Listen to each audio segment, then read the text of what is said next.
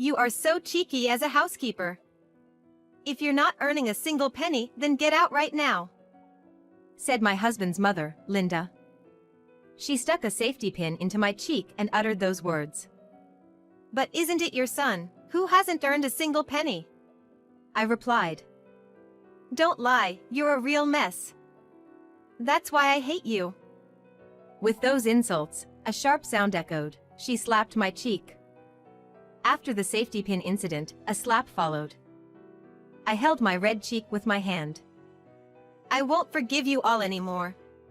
Go to hell and be ready for the consequences," I thought. I sold all the furniture and appliances to a recycling shop and moved back to my parents' house. The next day, Linda came to my parents' house, enraged, shouting, "Come out quickly, you damn bastard. The house is empty." But, more furious than her, my parents took action. In a shocking retaliation, Linda turned paler and paler, her face becoming ashen. My name is Aspen, and I'm currently 31 years old. I loved reading novels and magazines. Once, I decided to try writing a novel myself, and got hooked on writing. I realized the charm of writing, applied to several companies for writing jobs, and successfully got a position. Now, I write short stories for comics and magazines, and work on various articles. My husband, Weston, and I met at a nearby bookstore. Still new to my job and struggling with the lack of novel ideas, I wandered around, hoping to get some ideas from other authors. As I perused the bookstore, I noticed someone engrossed in a short story I had written, published in a corner of a magazine. Excuse me. How do you feel about that story?" I asked. I'm not the type to approach strangers, but I was so captivated by this guy's intense focus that I wanted to hear his opinion.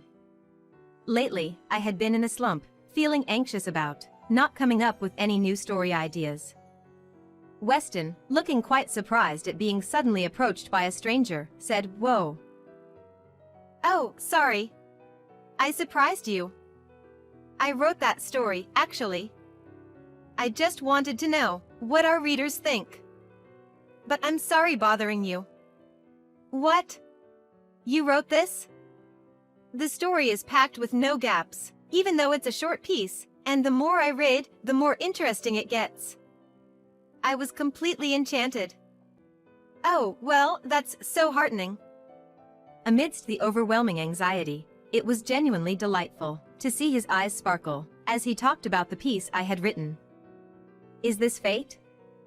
I, carried away by this thought, said to him, If it's okay, could I have your number?"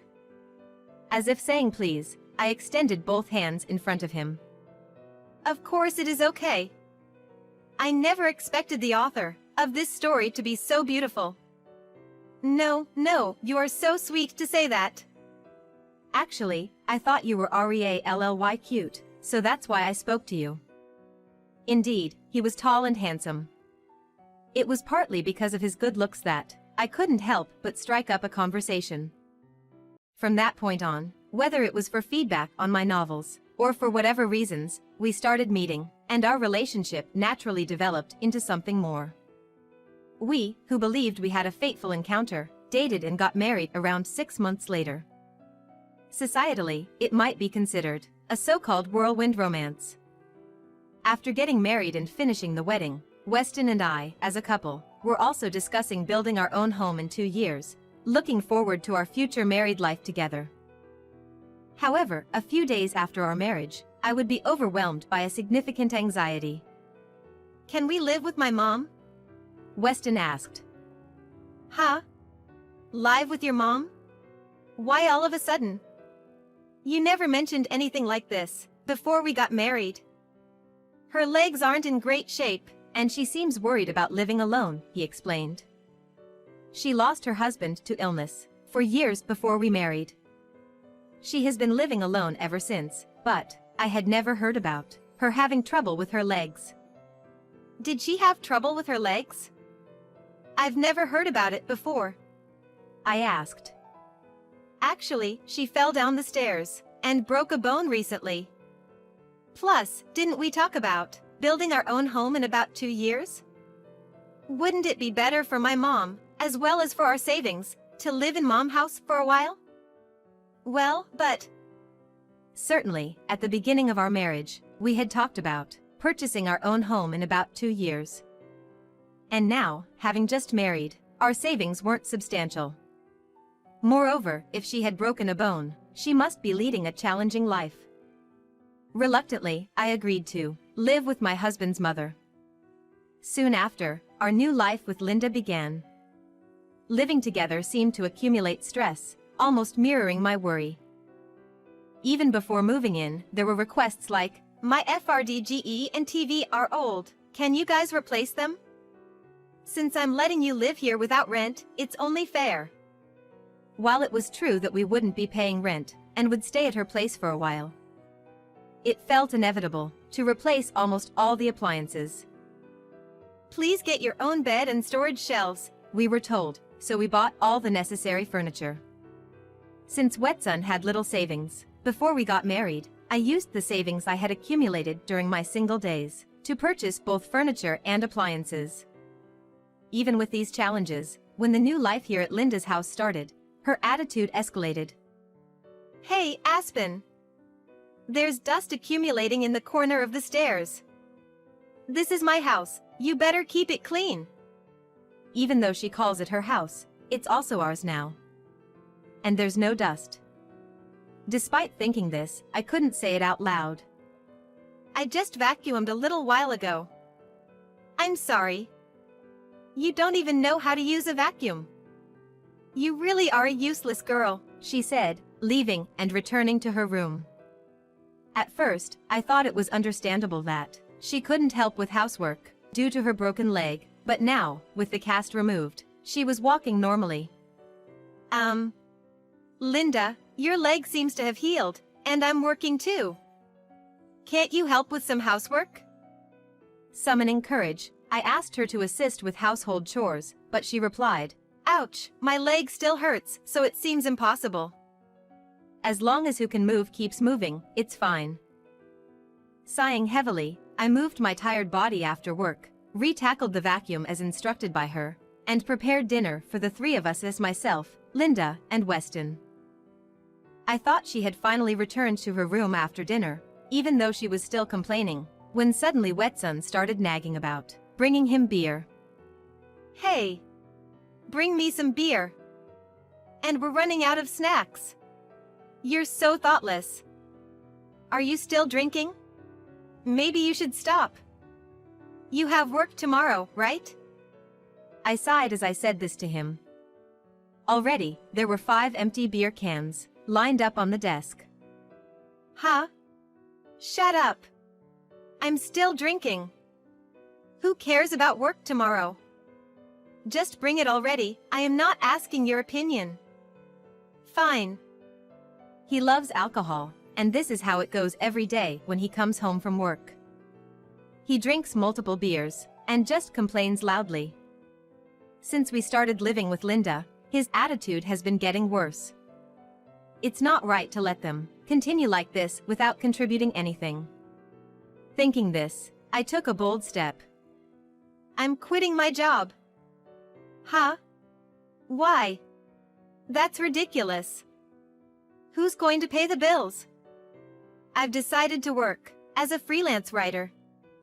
It's hard to balance household chores and work, so I want to at least reduce the commuting time. Plus, freelancing can be more lucrative." Yes, I decided to leave my current job. I wanted to exchange my commute time for time spent on household chores. Moreover, I had always wanted to work as a freelance writer anyway, and to break free from this stressful life with them, I wanted to earn more on my own and create a more comfortable working environment. At first, Wetson grumbled, but as I started earning more than my previous job, the complaints gradually faded away. During that time, as I started doing more household chores, I thought that even if only a little, my stress might be relieved. However, "I quit my job." Wetson casually dropped this bombshell, leaving me speechless. "Huh?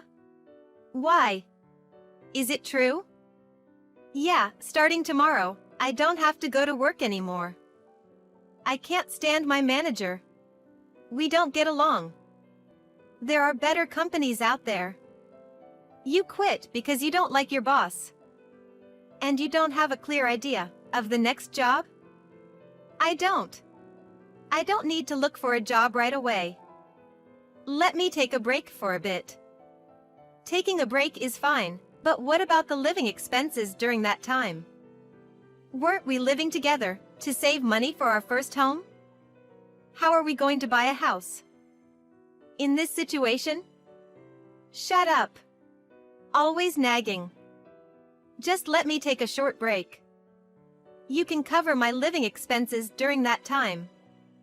We always decided the living expenses for Linda among the two of us, contributing a certain amount each, and the remaining money was free to use. However, quitting his job without consulting me, he insisted that I contribute double the amount he was paying. Well, I'm earning more than at my previous job, but I don't have an infinite amount of money.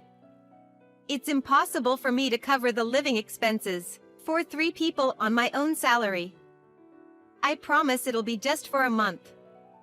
Just give me a month to rest, and I'll find a job. You are able to cover my expenses during that time, aren't you? Stop being so stingy. It's annoying. The arrogant remarks from him are infuriating, but in any case, someone has to pay for expenses to sustain our life. Reluctantly, I agreed to cover him for 1 month.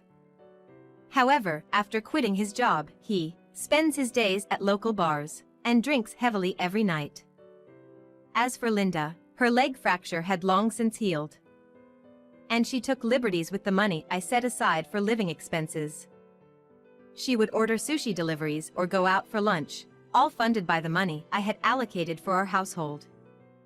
One day, even when I was working at home, she looked at me with disdain and said, "You're still at home. You always seem so idle, just fiddling with your laptop. I worked much harder in my younger days. It's unbelievable," she said, clearly looking down on me. She retired last year, but had worked as a full-time employee until the age of 60. Perhaps because of this, she showed no interest in understanding my remote work activities. What? Idle? I'm working from home now. Remote work? Being at home every day looks idle.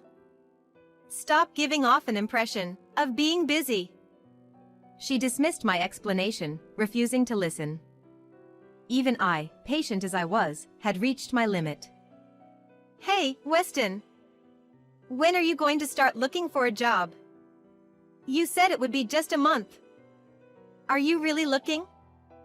And your mother, taking out money without permission, ordering deliveries, going out for lunch. It's enough. We can't afford such luxuries in this household. Oh well, not this again.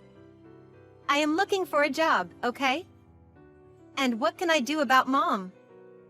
Thanks to her, we don't pay rent for the place. Even if we don't pay rent, with your drinking habits, and her spending money like this, we are not saving at all. What's your problem? Shut up. A woman shouldn't go against a man like this. You are annoying. I'm going to bed. He stomped upstairs, closed the door with a loud bang, and deliberately avoided coming out of his room. When things didn't go his way, he would always quickly retreat to his room and isolate himself.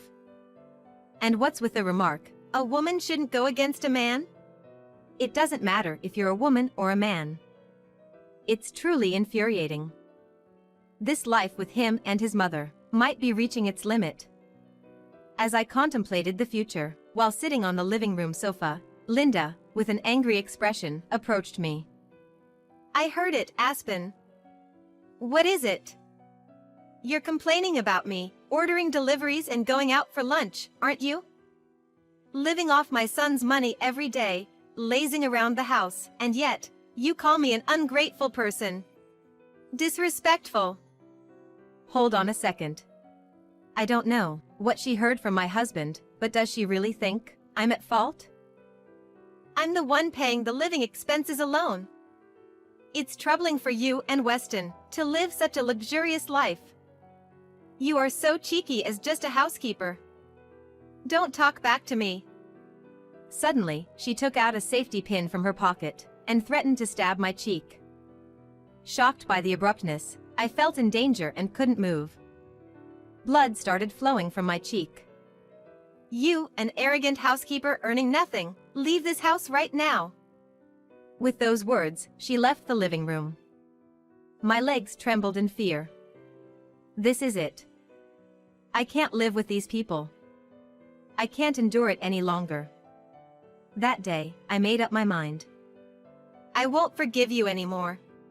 Go to hell, and be ready for the consequences. The next day, Wetson said, I'll be late tomorrow. I don't need dinner. Just buy some drinks for when I come back. Okay, our housekeeper? And left in a cheerful mood. He's probably going to bars again. As for Linda, she said, You're still at home? Leave before I come back, as usual, made a sarcastic remark, and left the house. The moment both of them left the house almost simultaneously, I did what I had reserved the day before. I sold all the furniture and appliances I had bought with my money to a second-hand store. Then, I packed my belongings and moved to my parents' house. Yesterday, when I consulted my mother about being stabbed with a safety pin by Linda, she seemed quite shocked. I can't believe they would do such a thing. It's unbelievable. How could they treat my daughter like this? Absolutely unforgivable. You must not forgive them either. My mom's anger exploded even more than mine. Suddenly, she said, I have a good idea. Let's make sure them regret treating my daughter like that. After that, my mother and I discussed and devised a plan. Originally, everything was bought by me. They have no right to complain. We could have used them at my parents' house, but I didn't even want to bring things that had been used in the same space as those people. So, I sold everything. With everything settled, the move was completed that night. After the move, Linda's house was almost empty, devoid of furniture and appliances. At night, there were numerous calls from Wetson and Linda, but I ignored them all. On that night, well past 10 p.m., the doorbell of my parents' house rang suddenly. When I checked, there were Wetson and Linda. Hey! There's nothing inside the house. It's you, right, Aspen? Hey! You bastard! Cut it out! Come out quickly! You're just causing trouble for others. They were both pounding on the front door. A loud noise echoed. My father, who had heard my story, turned red with anger and went out to the front door. It's a nuisance to the neighborhood. Think about it for a moment. Come inside and let's talk. He said that and invited them in. Although they seemed somewhat surprised, when my father welcomed them, once they confirmed my presence, they started getting angry again. Aspen! So you were here after all? What did you do with my house's belongings? When I came home, it was all gone. While shaking her fist, Linda, who seemed quite angry, I calmly explained. All of those things were bought by me. So, it doesn't matter how I handle them, right? Besides, didn't you tell me to get out of the house? You, living off my son's money without earning a penny, dare to say that? Your son is the one not earning a penny, isn't he? Don't lie, you're a real mess. That's why I hate you. With those insults, a sharp sound echoed. She slapped my cheek. After stabbing me with a safety pin, she resorted to a slap. While holding my reddened cheek with my hand, I said, Why not ask your son directly if he's really been earning? My husband looked quite awkward, glancing around and behaving suspiciously. Finally, she must have realized that her son wasn't working. Weston, is it true? You about work? Well, I quit my job and was looking for a new one, but it's been tough to find something. If that's the case, then Aspen really covered all the living expenses for us? Yeah. She seemed shocked to learn that her son wasn't working, and for a while, she couldn't find her voice. Meanwhile, my mother and father were about to drag them further into hell. Suddenly, the police entered the house. In reality, my parents, who had witnessed the scene, had called them. Well, of course. Their daughter had been stabbed in the cheek with a safety pin yesterday, and was now being slapped in front of them. As the police arrived, Linda and Wetson turned pale. Who called them? What's going on? You've gone too far. Cut it out. To my precious daughter. With red eyes and gritted teeth, my father glared at them.